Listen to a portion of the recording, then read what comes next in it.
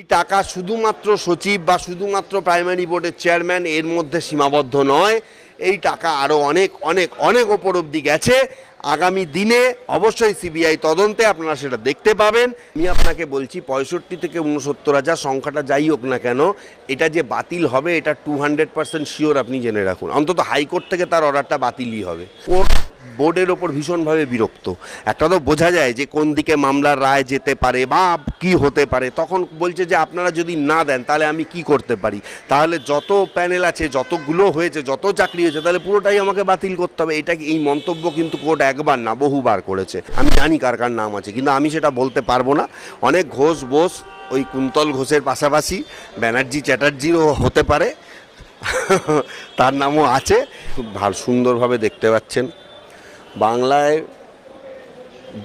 মানে এখন আইনের শাসন বলতে কিছু নেই, আইন বলতে কিচ্ছু নেই। যে যা পারছে সে তাই করে যাচ্ছে। আর রাজ্য সরকারের একদম খুল্লাম মদত রয়েছে।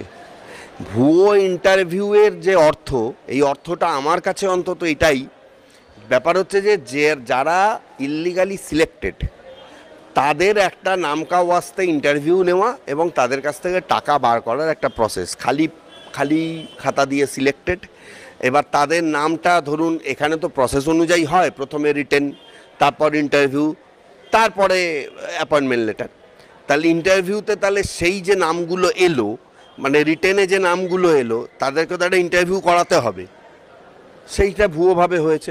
অ্যাকচুয়ালি যে টাকাটা নেওয়া হয়েছে ওই ইন্টারভিউয়ের পরেই ঘটনাটা হয়েছে, যে তারা দিয়ে এসেছে, ইন্টারভিউয়ে নাম এসেছে, ওই মিডিয়েটার টাইমে কিছুটা টাকা নেওয়া হয়েছে, আর তারপরে ইন্টারভিউয়ের পরে বলছে যখন তারা কল লেটার বা হাতে পাবে বা একদম শিওর যে তাদের নামই প্যানেলে আসবে, তখন একটা টাকা। এইভাবেই টাকাটা ডিস্ট্রিবিউট হয়েছে এবং টাকাগুলো এসেছে। এই মানে অঙ্কটা দেখে আমার সত্যি বিন্দুমাত্র অবাক লাগছে না। তার কারণ হচ্ছে যে 15 কোটি তো অনেক কম। এসএসসি যেটা দুর্নীতি সেটা তো এর থেকে মানে সেটা তো 100 কোটির ঘরে। সুতরাং এইটা এমন কিছু বড় ব্যাপার না। আর শুধু রাজ্যকেই বা দোষ দিয়ে লাভ কি আছে? এনইটি যেটা হয়েছে, এনইটি, সেটা তো একটা প্রবেশিকা পরীক্ষাতেই এত টাকা দুর্নীতি হয়েছে। সুতরাং আমাদের আজকে ওভারঅল, শুধু রাজ্য বলবো না, আপনি রাজ্যের কথা বলছেন, আমি বলবো আমাদের তাও এনইটি কিন্তু অনেক তদন্ত হয়েছে। আমাদের রাজ্যে সত্যি কথা বলতে কি মানে আমার এটা ব্যক্তিগতভাবে আমার মনে হয়েছে যে এখানে টাকা দিলে সব কিছু করতে পারা যায়। আপনি একটা পরিষ্কার, তার চাকরি হয়ে যাচ্ছে টাকা দিয়ে, ইন্টারভিউ টাকা দিয়ে হয়ে যাচ্ছে। কেউ যদি এখানে মানে আপনাকে আমি বলে দেবো, কন্ট্রাক্টারই মানে ধরুন 10 ফুট জায়গার ওপরে, মানে 10 ফুট গলি, সেখানে 5 তলা বিল্ডিং হয় না কেন? এই যে ইল্লিগাল কনস্ট্রাকশনগুলো, কাউন্সিলরকে গিয়ে কিছু টাকা দিয়ে দিল, কাউন্সিলরকে টাকা দিয়ে সেখানে বললাম আমি 5 তলা বিল্ডিং করব কাউন্সিলর। এবং তার আগে একটা রাজ্য সরকার একটা সার্কুলার এনেছিল যে কাউন্সিলররাও কিছু কিছু জায়গা করতে পারবে, 3 তলা 4 তলা 5 তলা অবধি কাউন্সিলররা 5 তলা অবধি স্যাংশন দিতে পারবে। ওইখান থেকে টাকা পয়সা দিয়ে স্যাংশন হয়ে গেল। তারপরে আজকে আমাদের এই আপনারা দেখলেন মাস 3 আগে গার্ডেন রিচের মতন ঘটনা। টাকা দিয়ে এখানে কি না হয়? এই রাজ্যে আপনার কাছে যদি টাকা থাকে, আপনি অলরেডি পৌঁছে গেছে। আপনার মনে থাকা উচিত, আপনার চ্যানেলে আমি একটা ইন্টারভিউ দিয়ে বলেছিলাম যে আগের মাসের শেষের দিকে ওই 65,000 বাতিল হওয়ার কিন্তু একটা সম্ভাবনা রয়েছে।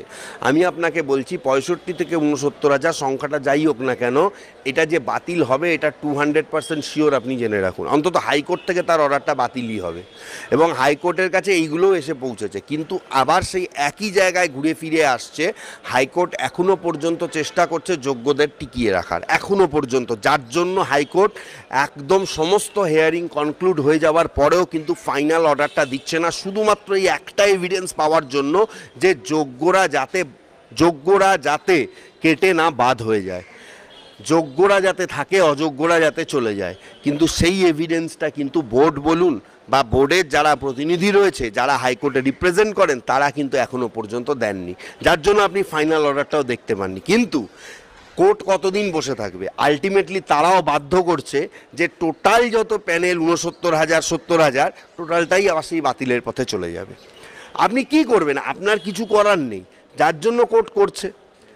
এই আমার মনে হয় যে কোর্টের যে ভূমিকা এই আর সব থেকে বড় ব্যাপার হচ্ছে যে কোর্ট এত স্ট্রিক্ট অর্ডার দিচ্ছে বলেই কিন্তু আজকে আমরা এত কিছু দেখতে পাচ্ছি, এত কিছু দেখতে পাচ্ছি। কোর্ট যদি ঘুমিয়ে থাকতো, মানে আমি বলতে চাইছি যে কোর্টে যদি এই মামলাগুলো না উঠতো, কোনো ব্যক্তি বা ওই স্টুডেন্টরা যারা রাস্তায় বসেছিল বা যারা বুঝতে পেরেছে যে আমাদের পরীক্ষা ভালো হয়েছে, ইচ্ছাকৃতভাবে নাম আসেনি, তারা যদি, এবং আরটিআই তো, তারা যখন আরটিআই করেছে, আপনাকে বলি আরটিআই তো কিন্তু বহু লোককে, ইন্টারভিউয়ের গল্পটা বলি, আমার কাছে একজন ক্যান্ডিডেট, আমি তার মামলা ফাইল করা আছে, সে রিটিনে ভালো নম্বর পেয়েছিল, প্রায় 92% নাম্বার পেয়েছে।